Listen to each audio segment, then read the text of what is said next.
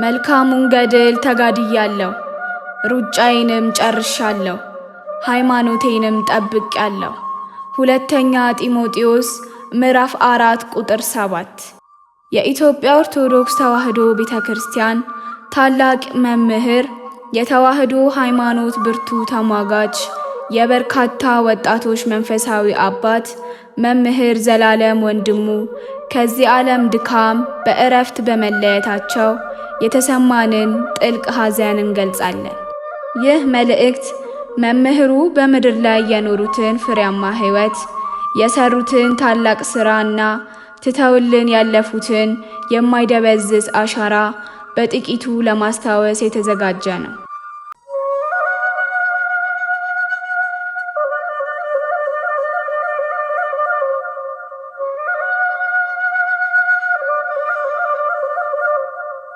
መምህር ዘላለም ወንድሙ ከልጅነታቸው ጀምሮ ለቤተ ክርስቲያን ፍቅር እንደነበራቸው የሚነገርላቸው መምህር ዘላለም መሰረታዊውን የቤተ ክርስቲያን ትምህርት በዝዋይ ገዳም በቀደምት መምህራን እጅ ተምረዋል።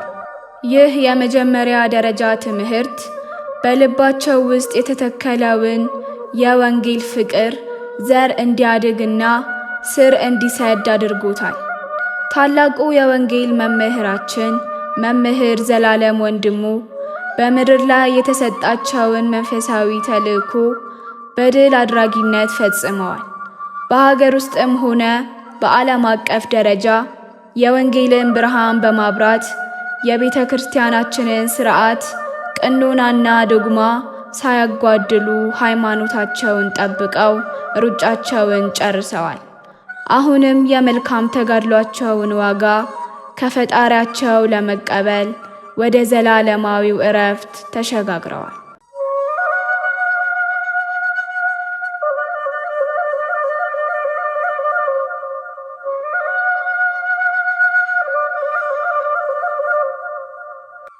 ይህ በእውነት ለቤተ ክርስቲያናችን ጥልቅ ሐዘን ነው። መላው ሕዝበ ክርስቲያን ለመምህሩ ነፍሰ ዕረፍት መንግሥተ ሰማያትን እንመኛለን። ለቤተሰቦቻቸው፣ ለቅርብ ወዳጅ ዘመዶቻቸው፣ ለደቀ መዝሙሮቻቸውና በመምህሩ ትምህርት ለተጽናኑት ምዕመናን ሁሉ እግዚአብሔር መጽናናትንና ኃይልን እንዲሰጥልን እንጸልያለን።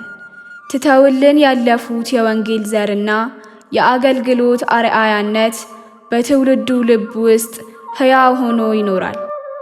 መምህር ዘላለም በቤተ ክርስቲያናችን ከፍተኛ የሥነ መለኮት ዕውቀታቸውን አሳድገዋል። በተለይም የቤተ ክርስቲያናችንን ጥልቅ አስተምህሮ፣ ቀኖናና ሥርዓት በስፋትና በጥልቀት ለመረዳት ችለዋል። ይህ ዕውቀት ለዘመናዊው ትውልድ ወንጌልን በምክንያታዊነትና በግልጽነት የማቅረብ ችሎታ እንዲያዳብሩ ረድቷቸዋል። መምህር ዘላለም ወንድሙ የወንጌልን ትምህርት ለማስተማር እራሳቸውን ሙሉ በሙሉ የሰጡ ታላቅ አገልጋይ ነበሩ።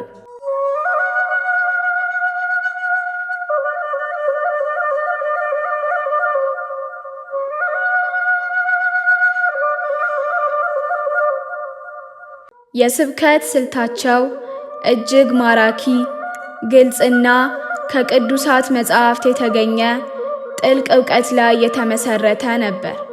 ለተመልካችና ለአድማጭ የሚገባውን ያህል በጥንቃቄ በማስተማር የብዙዎችን ልብ በወንጌል ፍቅር እንዲነሳሳ አድርገዋል። ወጣቶችንም ወደ ቤተ ክርስቲያን ለመሳብና በሃይማኖታቸው እንዲጸኑ ለማድረግ ትልቅ ሚና ተጫውተዋል። የወጣቶችን ጥያቄዎችና ፈተናዎች በሚገባ በመረዳት በመንፈሳዊ ዕውቀትና በምግባር እንዲያድጉ አበረታተዋቸዋል።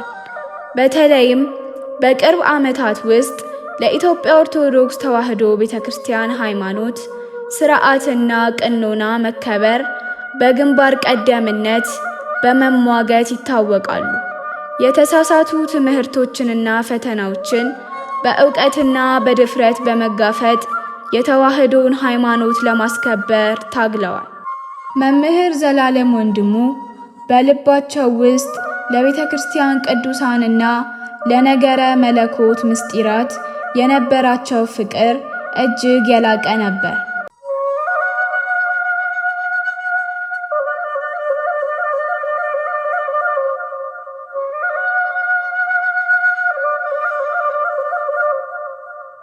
የመምህሩ ስብከቶች ለቅድስት ድንግል ማርያም ያላቸውን ጥልቅ ክብር፣ ፍቅር እና የአማላጅነት እምነት በግልጽ የሚያሳዩ ነበሩ። እሷን እንደ የአምላክ እናትና የአማላጅነት ተምሳሌት አድርገው በታላቅ አክብሮት ያስተምሩ ነበር። የመድኃኒታችን ኢየሱስ ክርስቶስን ቤዛነት ሥራ፣ ፍቅር እና መለኮታዊ ባህሪ በስፋትና በጥልቀት ያስተምሩ ነበር። የክርስትና ሕይወትን ማዕከል ክርስቶስ አድርገው ያቀርቡ ነበር። የሰማዕታትን ተጋድሎ፣ እምነትና ለሃይማኖታቸው የከፈሉትን መስዋዕትነት በታላቅ አክብሮትና ፍቅር ያወሱ ነበር። የእነሱን አርአያነት ለዛሬው ትውልድ ለማስተማር ይጥሩ ነበር።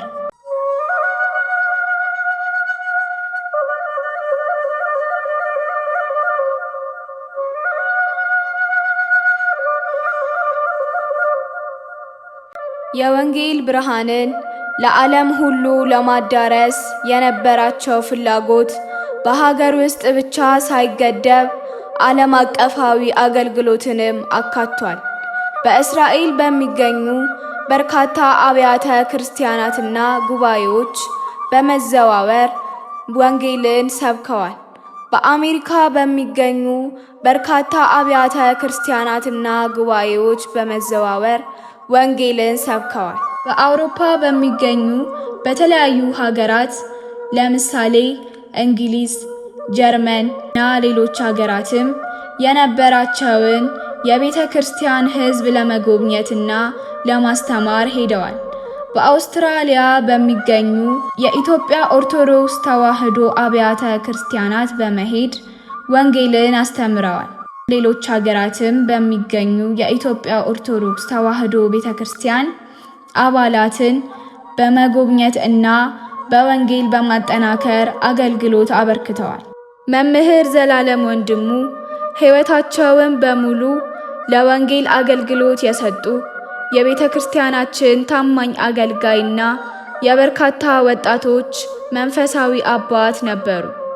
የእረፍታቸው ዜና ለመላው ሕዝበ ክርስቲያን በተለይም ለቤተሰቦቻቸው፣ ለወዳጅ ዘመዶቻቸውና በመምህሩ ስብከቶችና ዓለም አቀፋዊ አገልግሎቶች ለተባረኩት ሁሉ ጥልቅ ሐዘንን ፈጥሯል። የአገልግሎታቸው ፍሬ በሚሊዮኖች በሚቆጠሩ ሰዎች ልብ ውስጥ ታትሞ ይኖራል። ትተውልን ያለፉት መንፈሳዊ ሥራዎችና ትምህርቶች የአገልግሎት አርአያነት ለሚመጣው ትውልድ ታላቅ ተምሳሌት ሆነው ያገለግላሉ።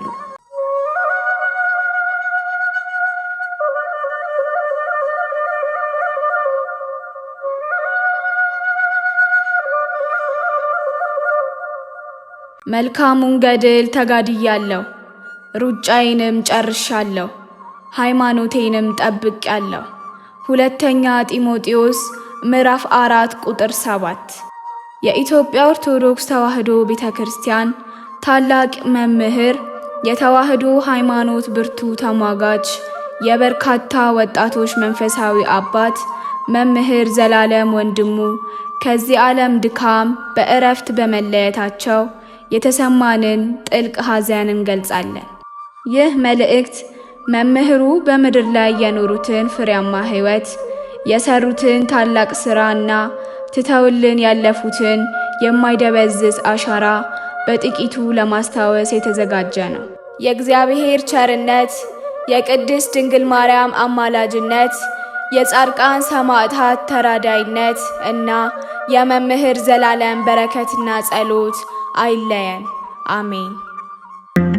ውድ የሳኔል ሚዲያ ቤተሰቦች በዚህ ቻናል የኢትዮጵያ ኦርቶዶክስ ተዋሕዶ የንግስ በዓላትን፣ መጽሐፍ ቅዱስን መሠረት ያደረጉ ስብከቶችን፣ መንፈሳዊ ዝማሬዎችን እና ክብረ ቅዱሳንን የሚገልጡ ትምህርቶችን በስፋት የሚቀርቡበት ስለሆነ ለቻናሉ አዲስ ከሆኑ ሰብስክራይብ በማድረግ ቤተሰብ ይሁኑ። ይህን መንፈሳዊ አገልግሎት ላይክ፣ ሼር በማድረግና አስተያየት በመጻፍ ይደግፉ።